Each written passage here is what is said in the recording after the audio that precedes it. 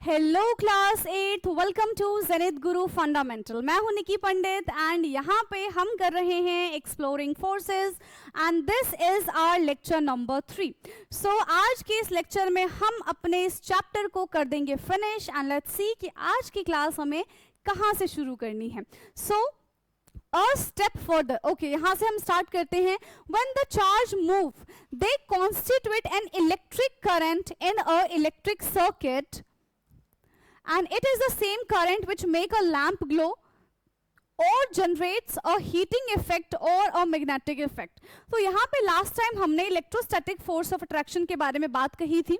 हमने ये देखा था कि electrostatic force is a non contact force, ठीक है, जिसमें चार्ज जनरेट होता है ना। तो उसी से रिलेटेड यहाँ पे ये बात कह रहे हैं कि व्हेन द चार्ज मूव, तो वहां पे इलेक्ट्रिक करंट भी प्रोड्यूस होता है उस इलेक्ट्रिक सर्किट में। Electric circuit is a close path, ठीक है। वही सेम करंट है जो एक बल्ब को ग्लो कराने में हेल्प करता है, ठीक है। ये वही सेम करंट है जो एक बल्ब को ग्लो कराने में हेल्प करता है, जिसकी वजह से heating effect and magnetic effect generate होता है, ठीक है। Now we'll come to the gravitational force. So again, gravitational force is also a non-contact force. ये भी क्या है? Non-contact force है। यहाँ पे as such हमें force feel नहीं होता, but हर time हम चाहे कुछ भी करें, हम अपने अर्थ पे हैं, that means हमारे पे gravitational force अप्लाई हो रहा है, ठीक है। So activity 5.8, let us observe, take a small ball and throw it vertically upward. आप एक बॉल लो, उसको अपवर्ड डायरेक्शन में क्या कर दो? थ्रो कर दो। Does it come down? क्या वो नीचे आ जाएगा? यस, वो नीचे आ जाएगा। Now throw it again but this time harder.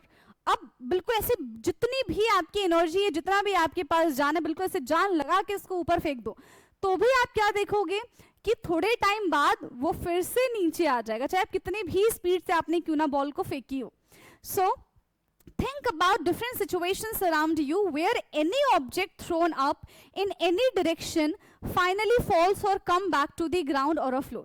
आप कितनी भी स्पीड से, कितनी भी एनर्जी से, कितनी भी फोर्स लगा के कोई से भी ऑब्जेक्ट को कितना ही ऊपर क्यों ना फेंक दो, ठीक है, इवेंचुअली वो नीचे आ ही जाएगी। एंड द रीजन इज कि यहाँ पे नीचे कोई फोर्स है जो उस चीज को अपनी तरफ अट्रैक्ट करने के लिए ही बैठा है ना। इसी वजह से वो सारी की सारी चीजें जो हैं वो नीचे आ जाती हैं। देखो, ये कुछ भी चीज कर लो, कुछ भी, हर एक चीज नीचे की साइड ही आएगी। So why do all the object fall towards the earth? सारे के सारे जो ऑब्जेक्ट हैं वो अर्थ की तरफ ही क्यों फॉल होते हैं? Is there any force which act on them? What exert these forces? क्या कोई फोर्स है जो उस पे काम कर रहा है? क्या कोई फोर्स है जो उन ऑब्जेक्ट पे ये एग्जर्ट हो रहा है?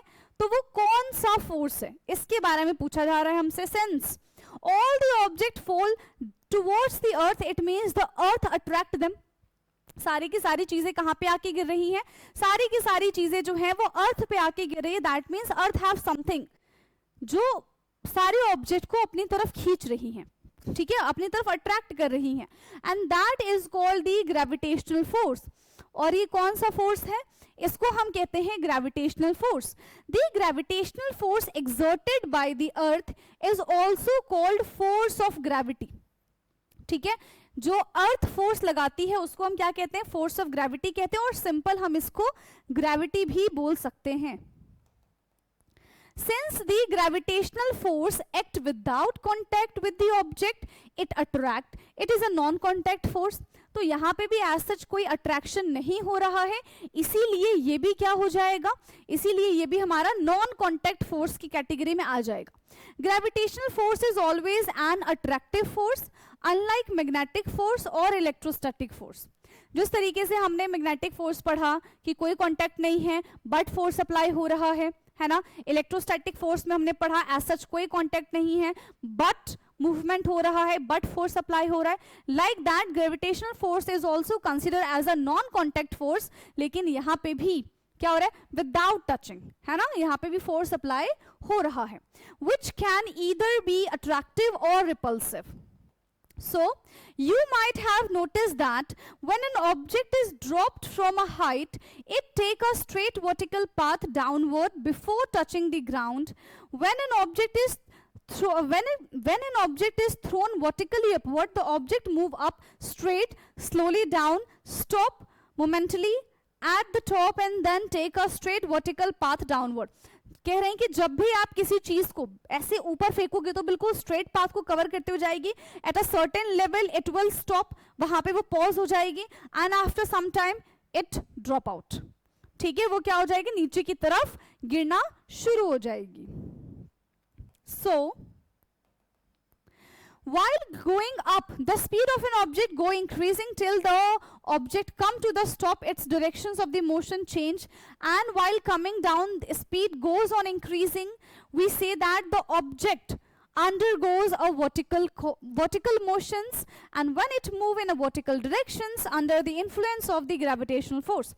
अगर हम किसी ऑब्जेक्ट को ऊपर की तरफ फेंकेंगे तो जैसे जैसे जैसे जैसे वो ऊपर की तरफ जा रहा है वैसे वैसे उसकी स्पीड जो है वो डिक्रीज हो जाएगी. एक पॉइंट पे आने के बाद उसकी स्पीड 0 हो जाएगी तो वो रुक जाएगा, फिर नीचे आएगा तो उसकी स्पीड क्या हो जाएगी, बढ़ जाएगी.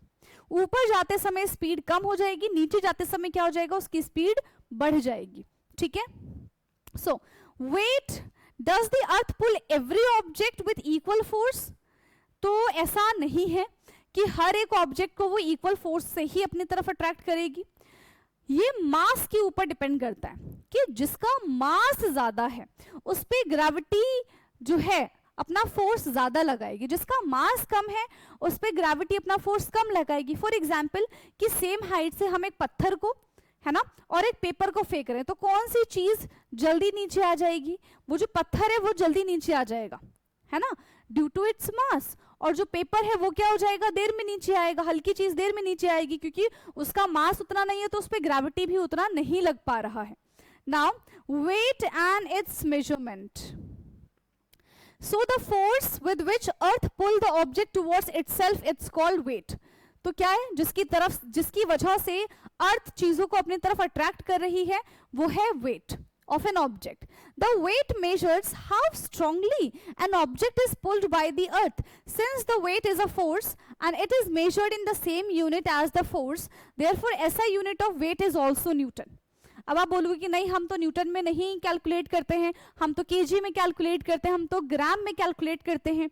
आप मार्केट में जाते हैं और आप कहते हैं कि हमें क्या कर दें, 5 kg आपको आटा चाहिए, 5 kg आपको चावल चाहिए, तो आपने उसका वेट कराया but you are using the unit KG और द ग्राम. ठीक है, but that is not weight, that is the mass. ठीक है, आप समझो वहां पे क्या होता है कि there is a difference between the weight and the mass.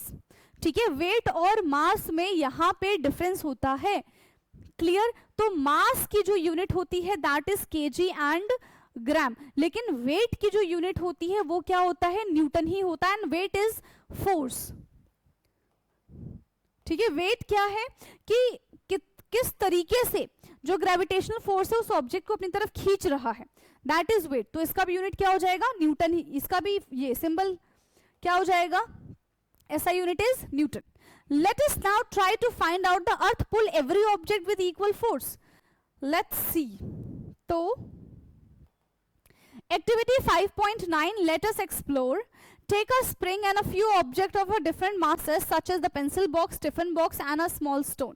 Hang one end of the spring from a nail, from the other end hang an object and observe the spring. Does the spring stretch? क्या जो spring है वो stretch होगा, देखो यहाँ पे, ये देखो इस तरीके से. Now hang the other object one by one. Notice the stretch of the spring each time. Is the stretch caused by each object the same? क्या दिख रहा है आपको, ए को देखो, बी को देखो और सी को देखो. When an object is hung from spring, the spring stretches due to the force applied on an object. कितना फोर्स इस पे अप्लाई हो रहा है उसकी वजह से ये जो स्प्रिंग है ये क्या हो रहा है, ये खुल रहा है. राइट, ऐसा ही है यहाँ पे. Now we find that the stretch cause in the spring is different from the different object. This indicates that earth pull different object with different force, that is the weight of different object is different. Can we use the spring to measure the weight of an object? क्या हम spring से object को major, object का weight measure कर सकते हैं? दाओ, एक स्प्रिंग बैलेंस होता है उसकी हेल्प से हम करते हैं. Now, a spring balance is a simple device used to measure the weight. Spring balance आपने सिलेंडर को बैलेंस करते हुए देखा होगा ना, तो वही है. It consist of a spring fixed at one end with the hook attach at the other end. When we hang an object from the hook the spring stretch. Spring कैसा हो जाता है, वो स्ट्रेच हो जाता है. जितना हैवी उसके अंदर सब्सटेंस होगा उतना ज्यादा वो स्ट्रेच हो जाएगा. And the amount of stretching give the weight of the object.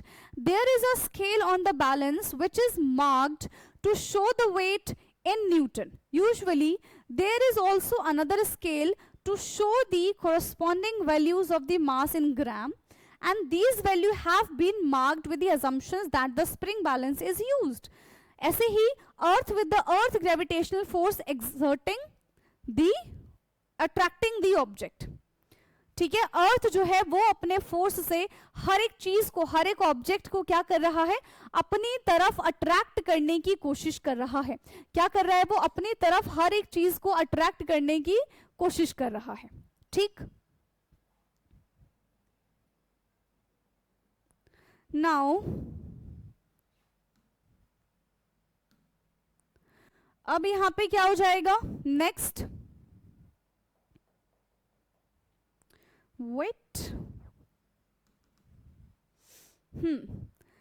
So next हमारा यहाँ पे क्या होएगा,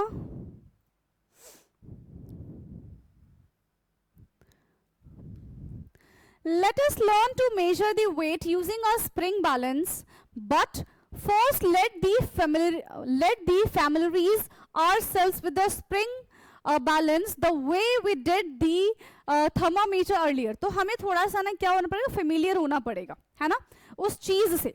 क्योंकि अगर हम कोई चीज पहली बार देख रहे हैं तो वी शुड नो कि भाई ये काम कैसे करता है ना, इसका यूज क्या है. तो थोड़ा बहुत तो हमें फेमिलियर होना ही पड़ेगा, जिस तरीके से हमने थर्मामीटर के साथ हुए, है ना.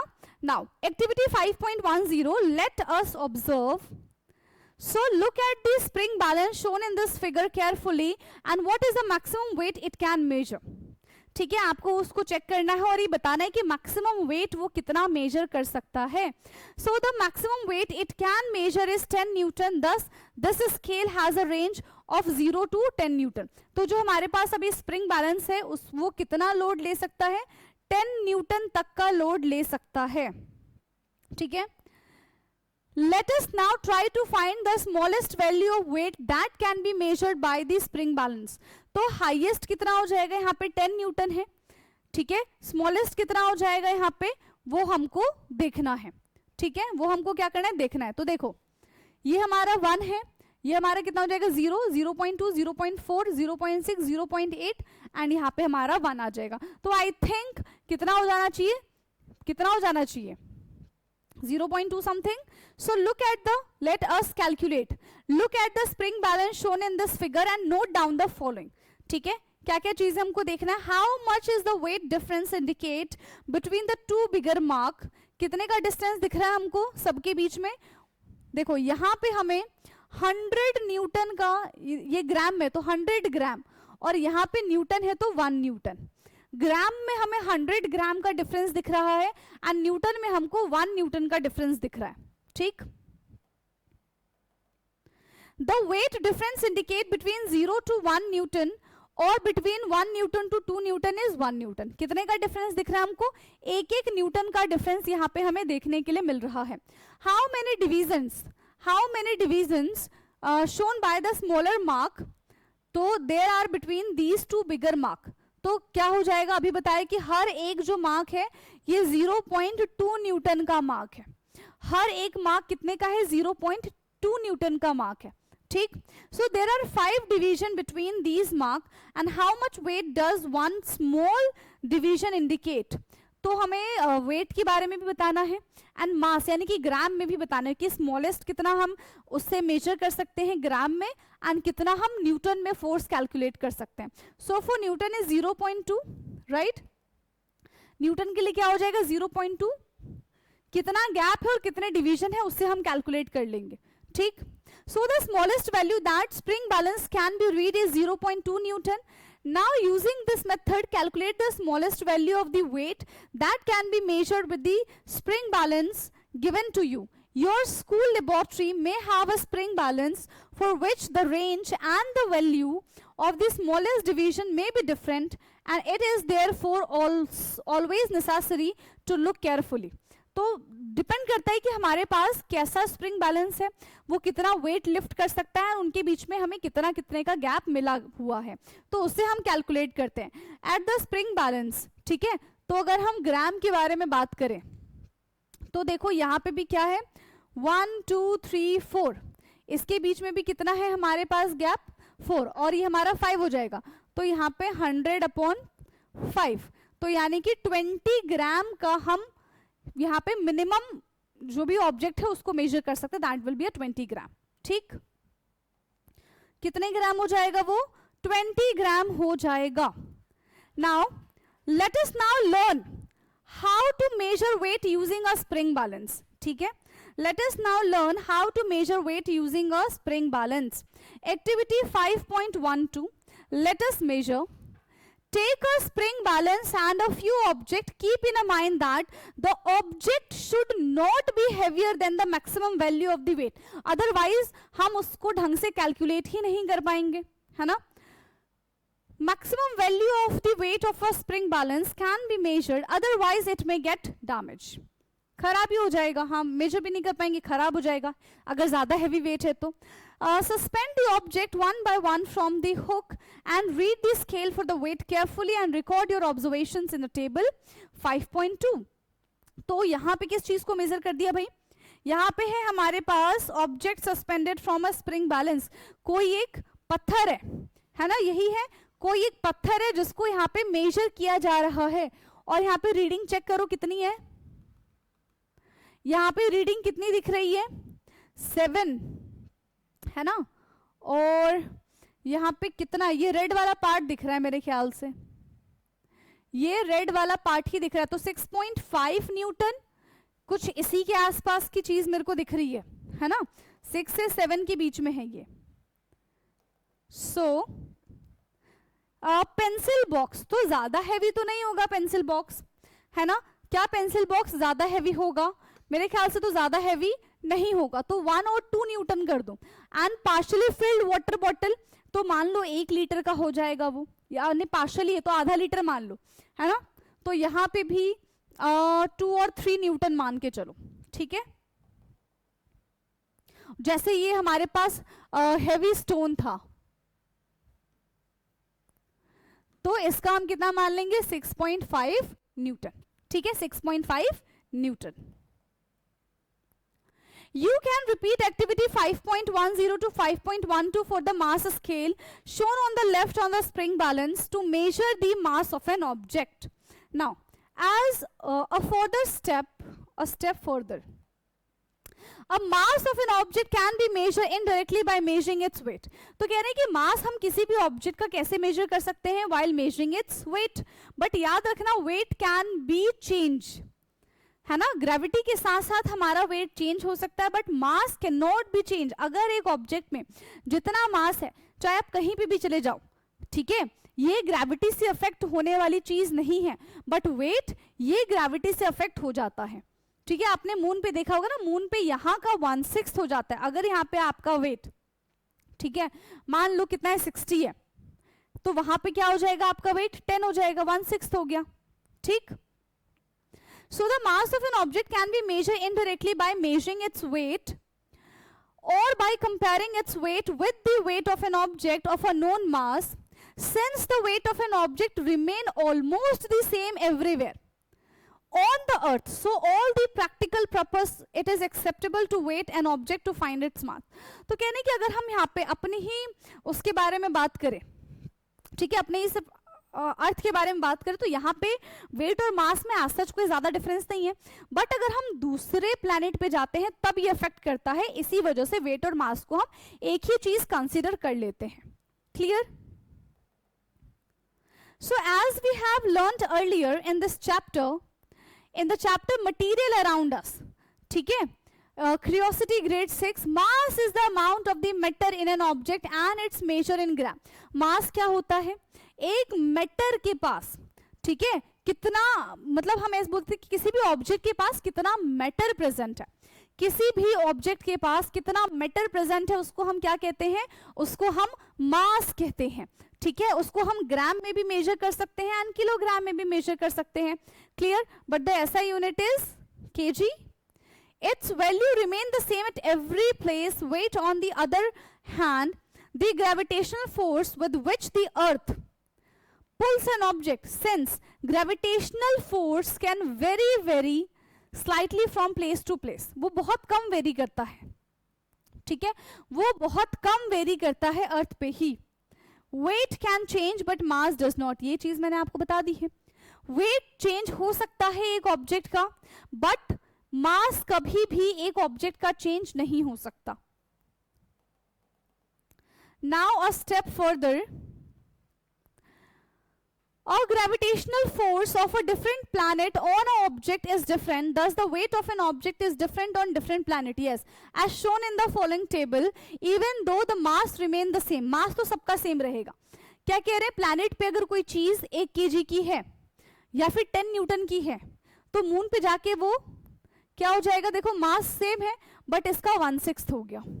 मार्स पे क्या हो गया है, मास सेम है बट 10 का क्या हो जाएगा, 3.8 हो जाएगा. मतलब यहाँ पे तो मून से ज्यादा ही ग्रेविटी है, ठीक है. वीनस पे देखो लगभग अर्थ के बराबर ही है ना. वीनस पे जो है वो लगभग अर्थ के बराबर ही है.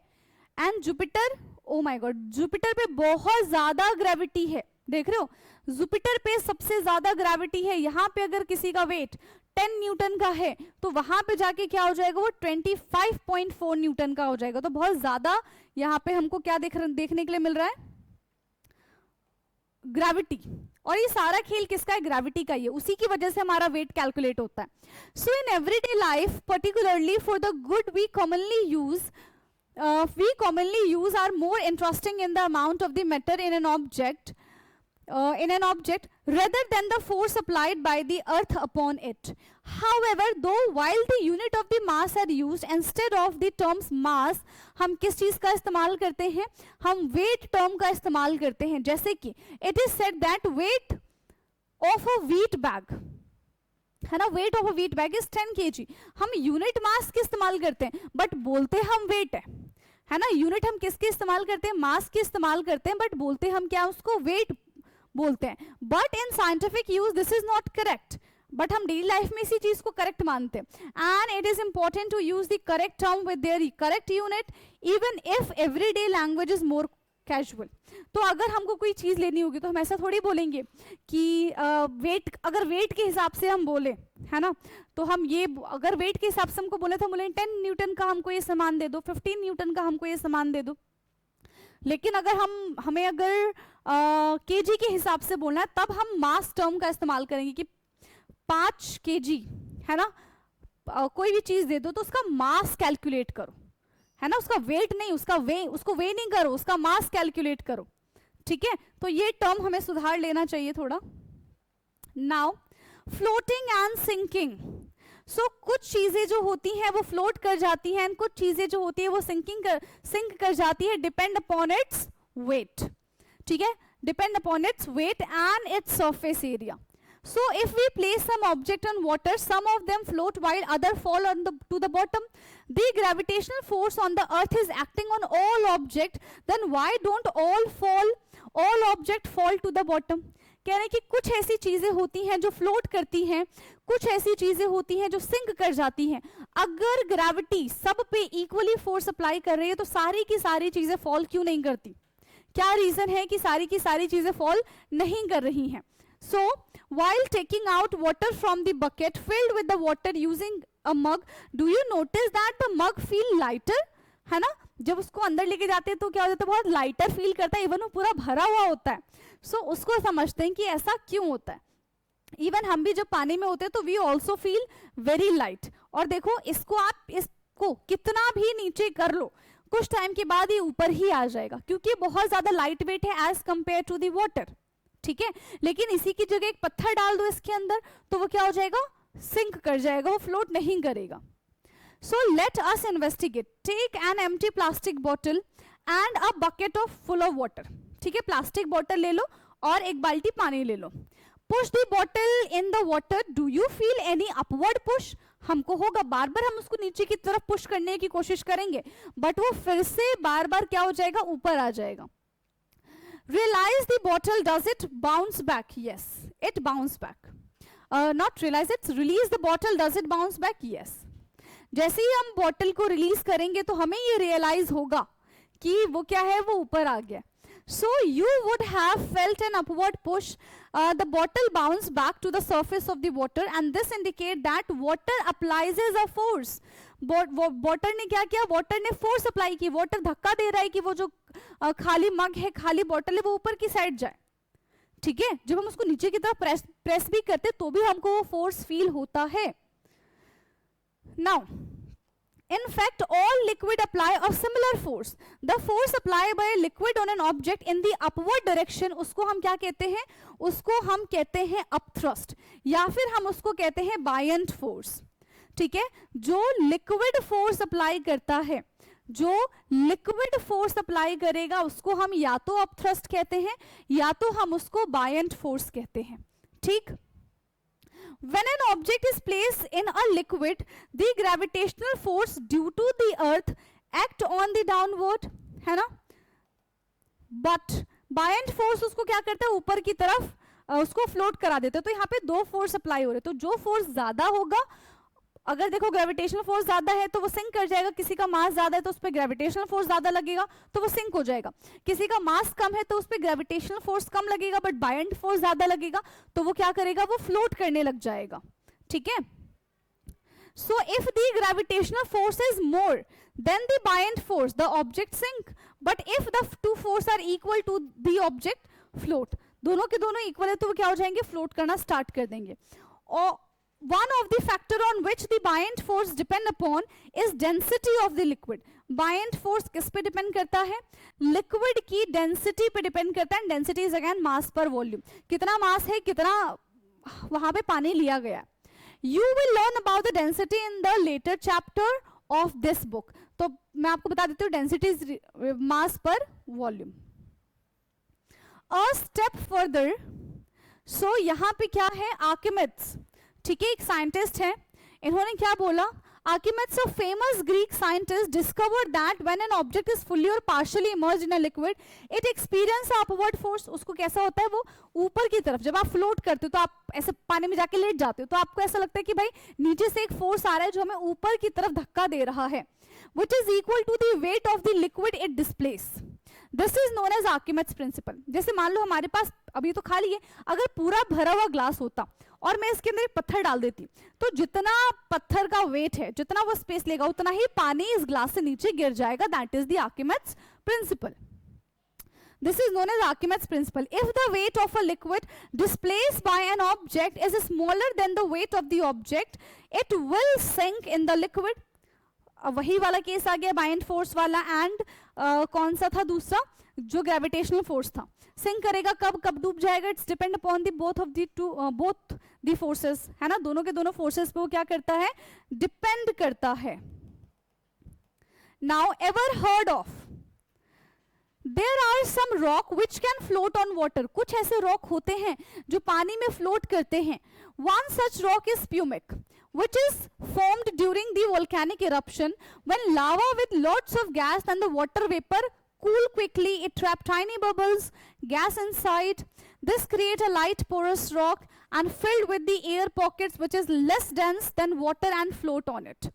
तो वो क्या होता है, उसके अंदर छोटे छोटे से पोर्स होते हैं तो वो लाइट वेट हो जाता है, और लाइट वेट हो जाएगा तो eventually it will float. And we have covered this chapter. तो स्नैपशॉट तो देखो आपका काम है पूरे चैप्टर का एक बार ओवरव्यू ले लेना कि क्या क्या चीजें इस चैप्टर में हैं, and keep the curiosity alive. उसके लिए हमें कुछ क्वेश्चंस को फॉलो करना पड़ेगा and that question we will do in our next class. Okay, so बिल्कुल तैयार रहना है नेक्स्ट क्लास के लिए. तो ऑलरेडी 3 लेक्चर में हमने चैप्टर कंप्लीट किया है. 4th lecture will be of ये बैक एक्सरसाइज. ठीक है, जो हमारा 4th लेक्चर होगा वो किसके लिए होगा, बैक एक्सरसाइज के लिए होगा. तो मिलते हैं अपने अब हम नेक्स्ट क्लास में, तब तक के लिए पढ़ते रहिए. Thank you so much.